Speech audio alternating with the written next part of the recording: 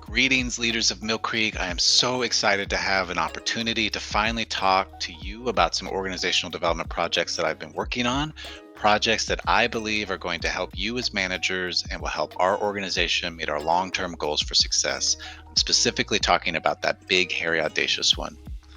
So, over the last month or so, myself and other members of the HR team have been developing a series of activities and initiatives collectively known as onboarding. This is a large company wide project with lots of moving parts that will impact us at all levels, from the organizational level all the way down to a new employee's experience as they join the Mill Creek family. So, because of its impact, we want to be thoughtful in how we roll out each piece of the program. So, I wanted to start that conversation with a broad overview of what it is I'm proposing and tell you a little bit more about what activities I'd like to roll out this summer. And I'd like to finish by discussing where I'd like to be by the end of the year as we put it all together. As I go through this information, you may want to take some notes. That way, if you have specific questions, you can reach out to me afterwards. This training is going to take about 20 minutes, so let's get into it. All right, let's start by defining exactly what we mean by an onboarding program and why it's so important to implement one as our company continues to grow. So, employee onboarding programming refers to the systematic process of introducing and integrating newly hired employees into an organization. It involves a series of planned activities and initiatives designed to help new employees become productive, engaged, and familiar with their roles, their responsibilities, and the culture that we have here at Mill Creek. Basically, we want to keep the best people, and at the heart of that is ensuring that their experience from the time they're hired and throughout their time that they're here at Mill Creek is one of connection, empowerment, and competence. So, the goal of employee onboarding programming then is to ensure a smooth transition for new hires, enabling them to quickly adapt to their new work environment and start contributing effectively. This process typically extends beyond the initial orientation and paperwork that we often associate with hiring a new employee and encompasses various aspects such as the ones that you see on your screen. Let's talk about orientation first. Orientation is that part of onboarding that provides new employees with an introduction to the organization, its mission, its values, its policies and procedures. It includes a number of activities, things such as company tours, introduction to key personnel, as well as presentations from HR about the organization's history and goals. Another key piece to onboarding is the provision of resources. Resources ensure that new employees have the tools, the support, and the information necessary to perform their jobs. This may include providing access to technology such as their employee self service, but it also includes the ability to access documentation or policies such as their employee handbook, as well as clarifying any kind of performance expectations that we have for them. And speaking of providing resources, there's three key resources that we definitely want to provide during an onboarding program, and that is training and development, mentorship, and feedback. Let's start with training and development. Training and development means offering specific job related training to equip employees with necessary skills and knowledge to perform their roles effectively. This can involve both technical training, such as software systems, how to operate certain types of equipment, safety, operations, etc. But it also includes soft skill training like communication, teamwork, or maybe customer service. Another key resource is mentorship or coaching. Mentorship or coaching is the pairing of new employees with experienced mentors or coaches who can provide guidance, support, and help them navigate the organization. This relationship facilitates knowledge transfer, promotes engagement, and assists with the integration process. And then finally, a key resource is offering feedback and evaluation, meaning we have established regular feedback channels. And you see three different types of performance reviews here on the screen that will assess the progress of new employees, address any concerns that you or the employee has, and provides a space for constructive feedback for improvement. This feedback loop helps employees understand their performance expectations as well as any areas they have for growth. By implementing a well-designed employee onboarding program, organizations can promote a positive employee experience from the beginning, and it sets the stage for long-term success and productivity.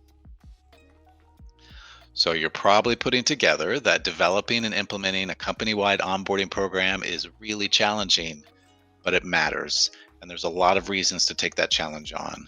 First and foremost, good onboarding is shown to retain the best people, but we don't always know who the best people are or could be unless we set them up for success. And that's what good onboarding is all about, keeping the best people. Additionally, good onboarding helps ensure that new employees understand their expectations, receive proper training, and make connections with their supervisor, their team, and the company's purpose. And this leads to three key indicators: productivity, which means competency development as well as employee engagement; cultural integration, which is all about helping everyone fit in and make those connections; and then finally, consistency in message and purpose and in experience. So the bottom line is good onboarding provides value to both the employee and the manager, while it also improves and aligns performance for the company. So this leads us to the main goal of this endeavor, and that is that onboarding will make sure that all new members of the Mill Creek family feel welcome, feel empowered to do their very best work, and feel connected to our values, our purpose, and our mission as a company.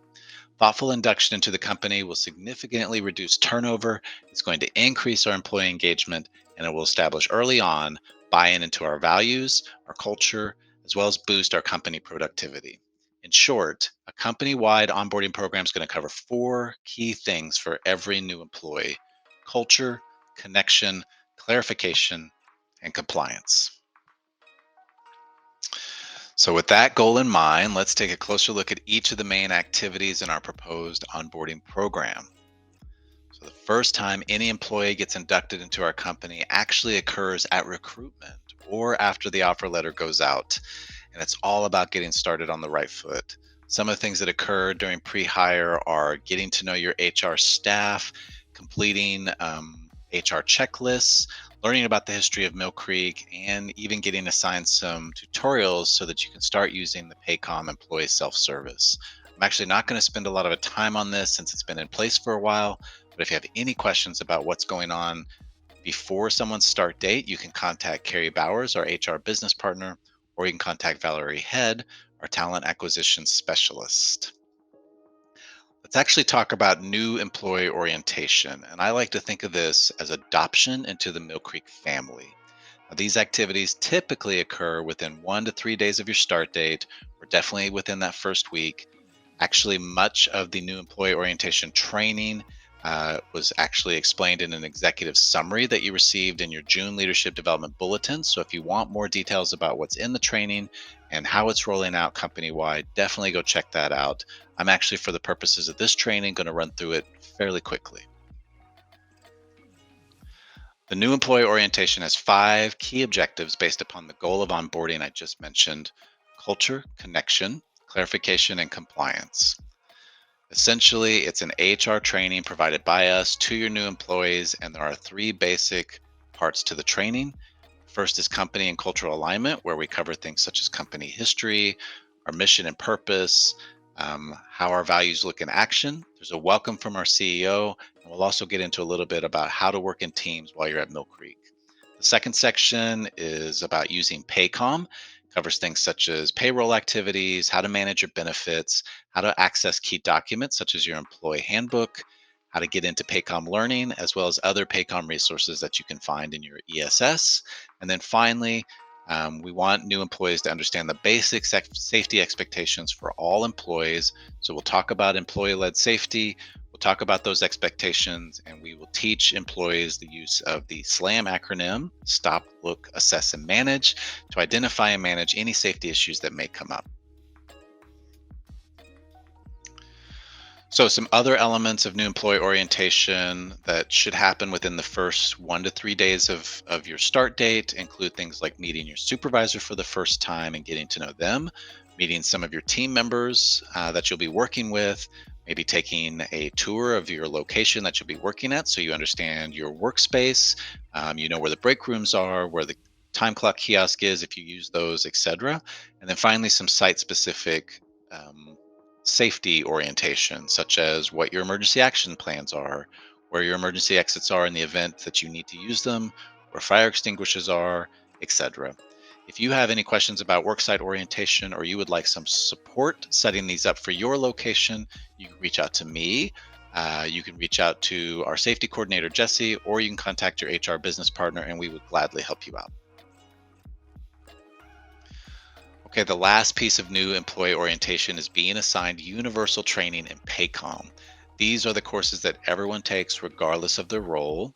As managers, you no longer need to assign these courses yourself. Starting on June 1st, all new employees have been automatically assigned the courses you see on the screen here the day after their start date. They have 45 days to complete these trainings. They can do it in whatever order they wish. And you or they can decide to do it all in one day, their first week. You can also spread it out over the first 30 days. It's really up to you and the employee on how you want to get these things done. And that's because we want to be thoughtful of your needs and flexible when we can be with all of the activities that are part of onboarding. All right, this brings us to on the job training, which is what I'll be working on this summer. But before I get into kind of the plan for the summer, let's just first talk about what on the job training is, specifically standardized on the job training. So, on the job training refers to a method of learning and skill development that takes place within the actual work environment.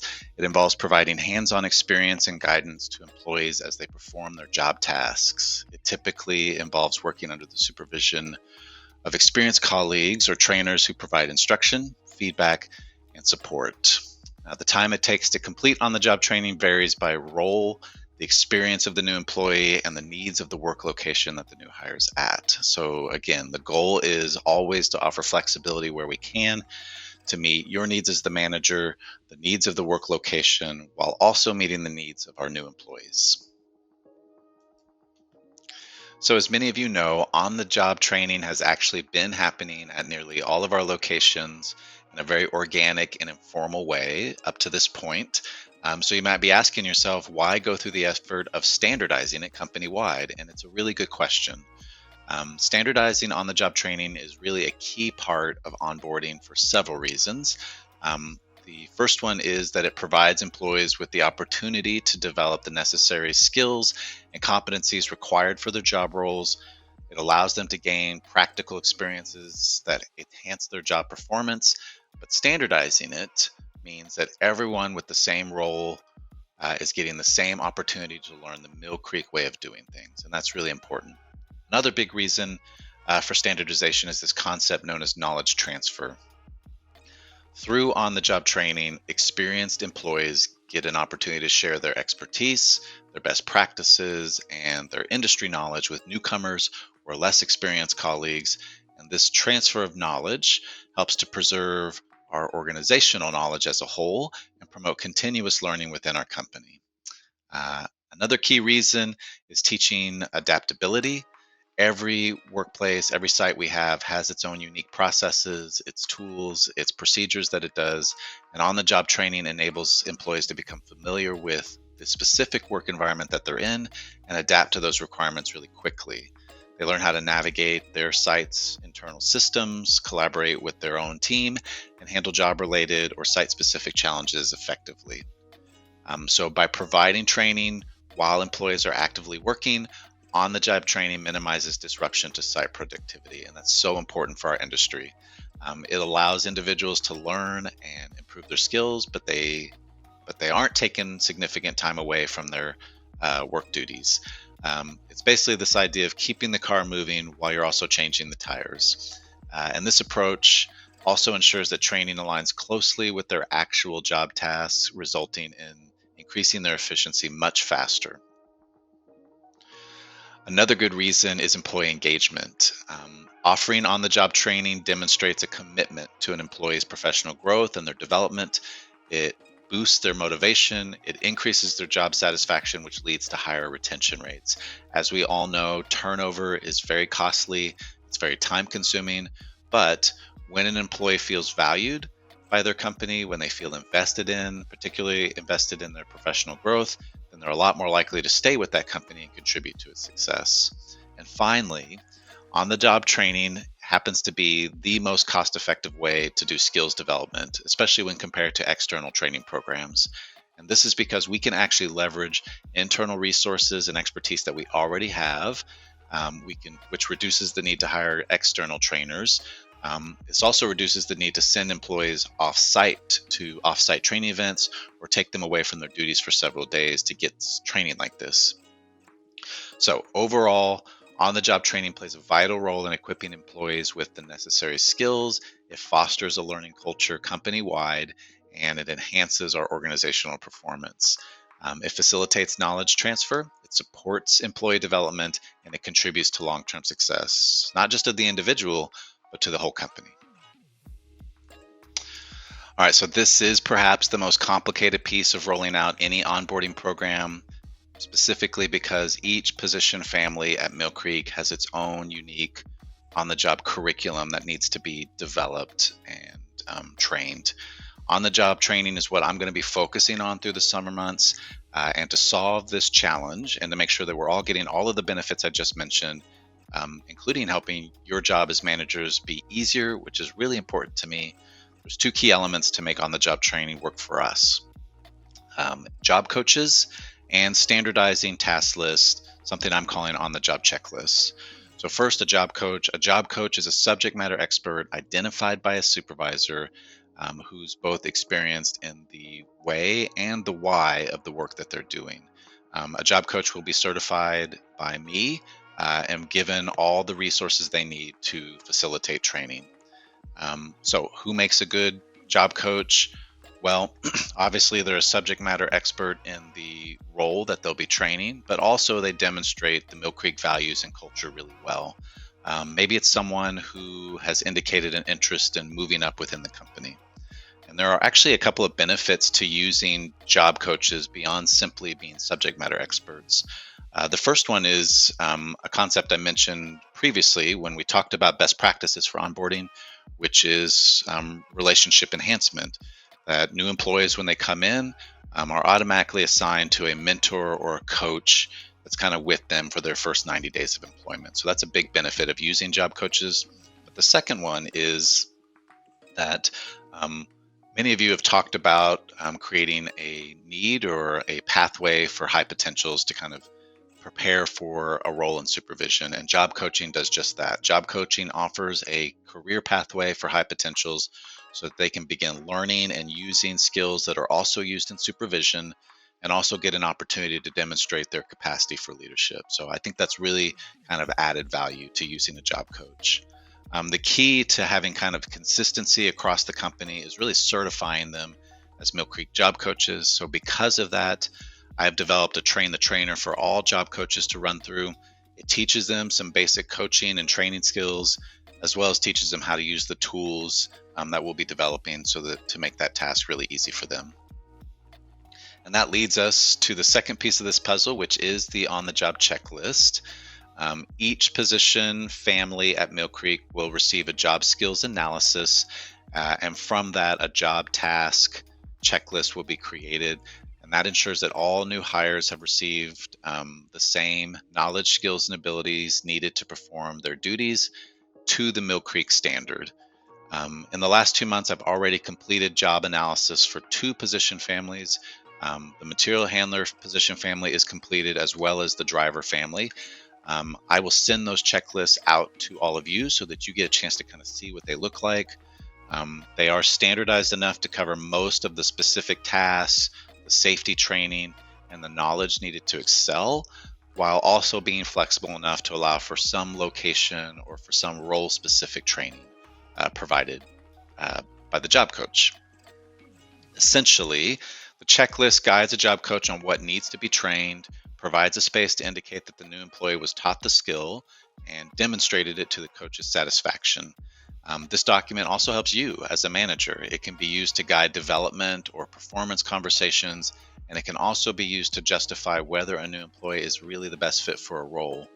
On-the-job checklists have space for both the employee and the job coach to sign, and will be submitted to a supervisor within the first 30 days of employment in most cases.